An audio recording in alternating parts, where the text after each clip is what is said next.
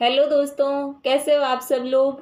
पिछले वीडियो में हमने आर्य सभ्यता को पढ़ा था। आर्य सभ्यता को ना सिर्फ पढ़ा था बल्कि उसको याद करने की कोशिश की थी। आर्य सभ्यता को हम एक बार रिवाइज कर लेते हैं कि आर्य सभ्यता में क्या क्या पढ़ा था। सबसे पहले आर्य सभ्यता देखी थी कि उदयपुर में इस्टेब्लिश हुई थी ये आर्य सभ्यता और आयड़ नदी के किनारे थी। उसके उत्खननकर्ता को हम आहर की ट्रिक बना करके ही पढ़ चुके हैं, जैसे AAHR, A for Ahar, A for Akshay Kirti Vyas, H for HD Sankalia और R फॉर RC अग्रवाल। तो ये किससे संबंधित थी? ताम्रयुगीन सभ्यता थी, उदयपुर की और आयड़ नदी से संबंधित थी। इसमें इंपॉर्टेंट और फैक्ट थे, एक तो ताम्रवती नगरी और दूसरा था धूलकोट। आज जो हम पढ़ेंगे वो है गिलुंड सभ्यता, और गिलुंड सभ्यता है राजसमंद की। आर्य सभ्यता उदयपुर की और गिलुंड सभ्यता राजसमंद की। गिलुंड सभ्यता बनास नदी के किनारे इस्टेब्लिश हुई थी, जबकि आहड़ सभ्यता आयड़ नदी के किनारे इस्टेब्लिश हुई थी। और गिलुंड सभ्यता को बनास नदी के किनारे इस्टेब्लिश होने के कारण बनास संस्कृति भी कहा जाता है। और इसको इस तरीके से याद रखना है कि आप इसमें कंफ्यूज भी नहीं होंगे, जैसे कि गिलुंड सभ्यता किसके किनारे इस्टेब्लिश हुई है? बनास नदी के किनारे। और बनास नदी उदयपुर में तो बहती नहीं है, इसका मतलब ये क्या हो गया कि बनास जो नदी है वो नदी राजसमंद से निकलती है। तो इसका मतलब ये हुआ कि गिलुंड सभ्यता का संबंध किससे हो जाएगा? राजसमंद से हो जाएगा। और दूसरी जो इसके रिलेटिव है मीन्स आहड़ सभ्यता से ही संबंधित ये गिलुंड सभ्यता है। तो आहड़ संस्कृति या फिर आहड़ सभ्यता है वो कहाँ की हो गई? उदयपुर की हो गई। फिर इसमें याद रखना है वो है उत्खनन करने वाले। तो उत्खनन करने वाले को हम पढ़ चुके हैं पहले कालीबंगा में, कि कालीबंगा में उत्खनन करने वालों के दो नाम पढ़े थे, एक बीबी लाल और एक BK थापर। हमने ये कहा था कि थप्पड़ मारेंगे तो क्या हो जाएगा? गाल लाल हो जाएगा। इस ट्रिक के साथ में कालीबंगा सभ्यता के उत्खननकर्ता को हमने याद किया था। और उसका तो उत्खनन स्टार्ट हुआ था 1961 to 62 में, और इसका उत्खनन कार्य हो गया है 1957 to 58 में बीबी लाल के निर्देशन में। फिर इसमें काफी गैप ले लिया है। उसके बाद में जो सेकंड इसका उत्खनन कार्य स्टार्ट हुआ था वो 1998 to 2003 के बीच में हुआ था। और उसमें बीबी लाल ने नहीं करवाया था, या फिर बीबी लाल के निर्देशन में वो कार्य नहीं हुआ था, बल्कि वो कार्य हुआ था प्रोफेसर शिंदे जो कि पूना से थे, और प्रोफेसर ग्रेगरी तो नाम ही अपने इंडिया का तो हो नहीं सकता, इसका मतलब ये हुआ कि ये फॉरेनर थे। तो ये पेंसिल्वेनिया अमेरिका के विश्वविद्यालय वहां से संबंधित थे प्रोफेसर ग्रेगरी, और पूना से संबंधित थे प्रोफेसर शिंदे। इन दोनों के निर्देशन में 1998 to 2003 के बीच में उत्खनन कार्य हुआ था। और इस उत्खनन कार्य में उन्होंने गिलुंड सभ्यता का टाइम पीरियड जो डिसाइड किया था वो था 1900 से 1700 ईस्वी पूर्व के बीच का काल। प्रोफेसर शिंदे का पूरा नाम है प्रोफेसर VS शिंदे करके याद रखना, लेकिन आप शिंदे याद रह जाए तो सफिशिएंट है कि शिंदे कहाँ से संबंधित हो जाएंगे?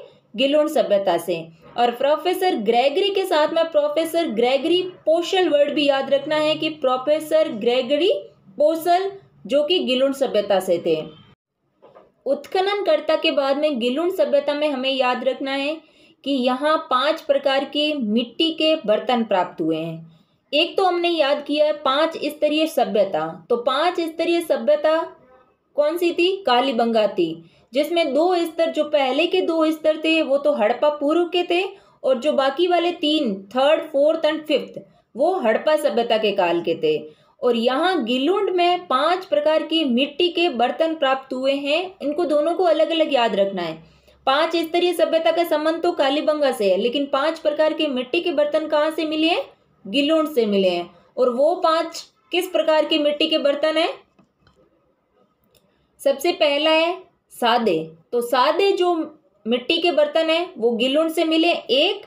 फिर दूसरा है काले, और फिर तीसरा है पोलिसदार, चौथा भूरे, और पांचवा है लाल और काले मिक्स। तो किस तरीके से याद रखना है? सादे, काले, पोलिसदार, भूरे और लाल काले मिक्स। ये 5 प्रकार की मिट्टी के बर्तन हमें गिलुंड सभ्यता से प्राप्त हुए हैं। और इसमें ध्यान रखना है कि ये चित्रित मृद भांड है। चित्रित मीन्स उस पर चित्राकार या फिर चित्र की जैसी कोई आकृति बनी हुई है। और मृद भांड का मतलब ये हुआ कि मृद मीन्स मिट्टी से बने हुए और भांड मीन्स भांडे, बड़े बड़े बर्तन, उसे भांड के रूप में कहते हैं। तो ये चित्रित मृद भांड कहाँ से मिले हैं? गिलुंड से। अब इसको कैसे याद रखना है कि ये 5 प्रकार के मिट्टी के बर्तन गिलुंड से ही मिले। तो गीला, गीला इसका नाम क्या है? गिलुंड, गीला। तो गीला क्या है? भांड। तो भांड क्या? गीला। और मिट्टी का बर्तन, जब भी मिट्टी के बर्तन बनाने के लिए हमें मिट्टी को गीला करना पड़ेगा और गीला मिट्टी का बर्तन किससे संबंधित हो जाएगा? गिलुंड से। तो गिलुंड में ही वेराइटीज के रूप में बर्तन मिले हैं। और नेक्स्ट इसमें जो याद रखना है वो है मिट्टी के खिलौने प्राप्त हुए हैं। वैसे ये इतने इंपॉर्टेंट नहीं है, लेकिन आप इसको स्टेटमेंट के रूप में अगर क्वेश्चन डाल दिया जाए तो अच्छे से कर सकते हो। तो मिट्टी के बर्तन हो गए एंड देन मिट्टी के खिलौने।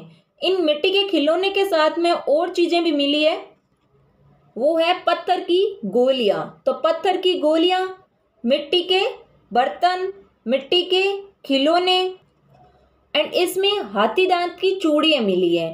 हमने पहले वाले वीडियो में आहट सभ्यता में ये पढ़ा था कि वहाँ क्या था कि दफनाते थे, जो मतलब शव दफनाते थे, उन शवों के साथ में आभूषण दफनाते थे और वो आभूषण अक्सर पत्थर के बने होते थे। लेकिन यहाँ हमें जो इम्पोर्टेंट वर्ड याद रखना है वो है यहाँ की जो चूड़ियाँ मिली है वो हाथी दांत की, मीन्स बहुत महंगी चूड़ियाँ। तो हाथी दांत की चूड़ियाँ कहाँ प्राप्त हुए? गिलुंड सभ्यता से। गिलुंड में और आहड़ में एक डिफ्रेंशिएट करके क्वेश्चन पूछा जा सकता है, वो ये है कि आहड़ में हमें ईंटें तो प्राप्त हुई है, लेकिन पकी हुई ईंटें भी प्राप्त हुई है, लेकिन आहड़ की ईंटें थी वो धूप में पकी हुई ईंटें हैं, जबकि यहाँ गिलुंड में आग में पकी हुई ईंटें मिली है। तो स्टेटमेंट ये आ जाए कि आहड़ सभ्यता में पकी हुई ईंटें नहीं मिली है, जबकि गिलुंड में पकी हुई ईंटें मिली है। तो ये स्टेटमेंट राइट मानना है।